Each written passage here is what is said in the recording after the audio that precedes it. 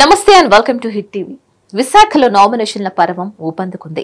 TDP, Janasena, YCP పార్టీలకు చెందిన అభ్యర్థులు నామినేషన్లు దాఖలు చేస్తున్నారు. నేతలు, అభిమానులు, కార్యకర్తలు వెంట రావడంతో విశాఖలో సందడి వాతావరణం నెలకొంది. ఈ క్రమంలో ఓ ఆసక్తికర ఘటన కూడా చోటు చేసుకుంది. వైసీపీ అభ్యర్థి ఆడారి ఆనంద్ కుమార్ నామినేషన్ వేయడానికి వెళ్లిన సమయంలో విచిత్ర పరిస్థితి ఎదురైంది. గోపాలపట్నం పొలిమేరలో ఉన్న పురాతనమైన నూకాలమ్మ తల్లి అమ్మవారిని దర్శించుకుని నామినేషన్ వేయాలనుకున్న వైసీపీ పశ్చిమ అభ్యర్థి ఆడారి ఆనంద్ కుమార్ భావించారు. వారు శుక్రవారం ఉదయం 8 గంటలకు అక్కడికి చేరుకున్నారు. ఆ సమయంలో గుడికి తాళం వేసి ఉండడం చూసి అవాక్కయ్యారు. దీంతో నేతలు, కార్యకర్తలు వెంటనే పోలీసులను ఆశ్రయించారు. పోలీసుల చొరవతో గుడి తలుపులు తెరుచుకున్నాయి. దీంతో వైసీపీ నేతలు అమ్మవారిని దర్శించుకున్నారు. విశాఖ వెస్ట్ అభ్యర్థితో పాటు సీనియర్ నాయకులు వైవి సుబ్బారెడ్డి కూడా అమ్మవారిని దర్శించుకున్నారు. ఆడారి ఆనంద్ కుమార్ నామినేషన్ వేస్తేనే 15 సంవత్సరాల ఎమ్మెల్యేగా చేస్తున్న గణబాబు భయపడుతున్నాడని వైసీపీ నేతలు ఎద్దేవా చేశారు.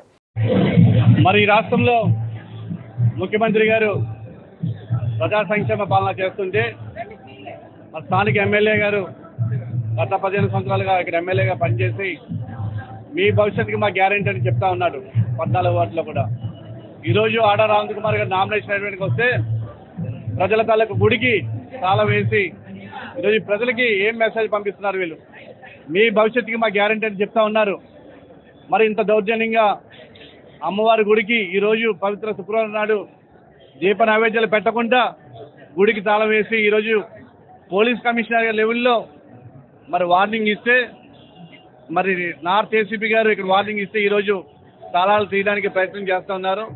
ఏది ఏమైనా రేపు జరగబోయే ఎలక్షన్స్లో ఆనంద్ గారు 14 వార్డుల్లో కూడా బ్రహ్మరథం పెట్టి వెస్ట్ కాన్స్టిట్యూన్సీలో ఒక మార్పు తీసుకొచ్చి ఒక భారీ మెజార్టీతో ఆనంద్ గారిని గెలిపించుకుంటున్నారు. మరి ఈ సందర్భంగా అందరూ కూడా ప్రజలందరూ కూడా ఈరోజు నామినేషన్ విజయవంతం చేయాలని కోరుతున్నాను.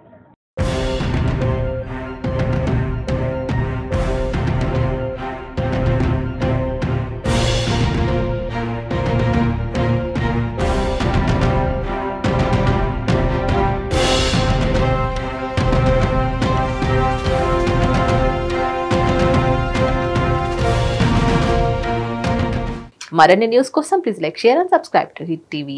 సమస్య లేని ఇల్లు ఉండదు, పరిష్కారం లేని సమస్య ఉండదు. బంధాలు గొప్పవి, బాధలు చిన్నవి.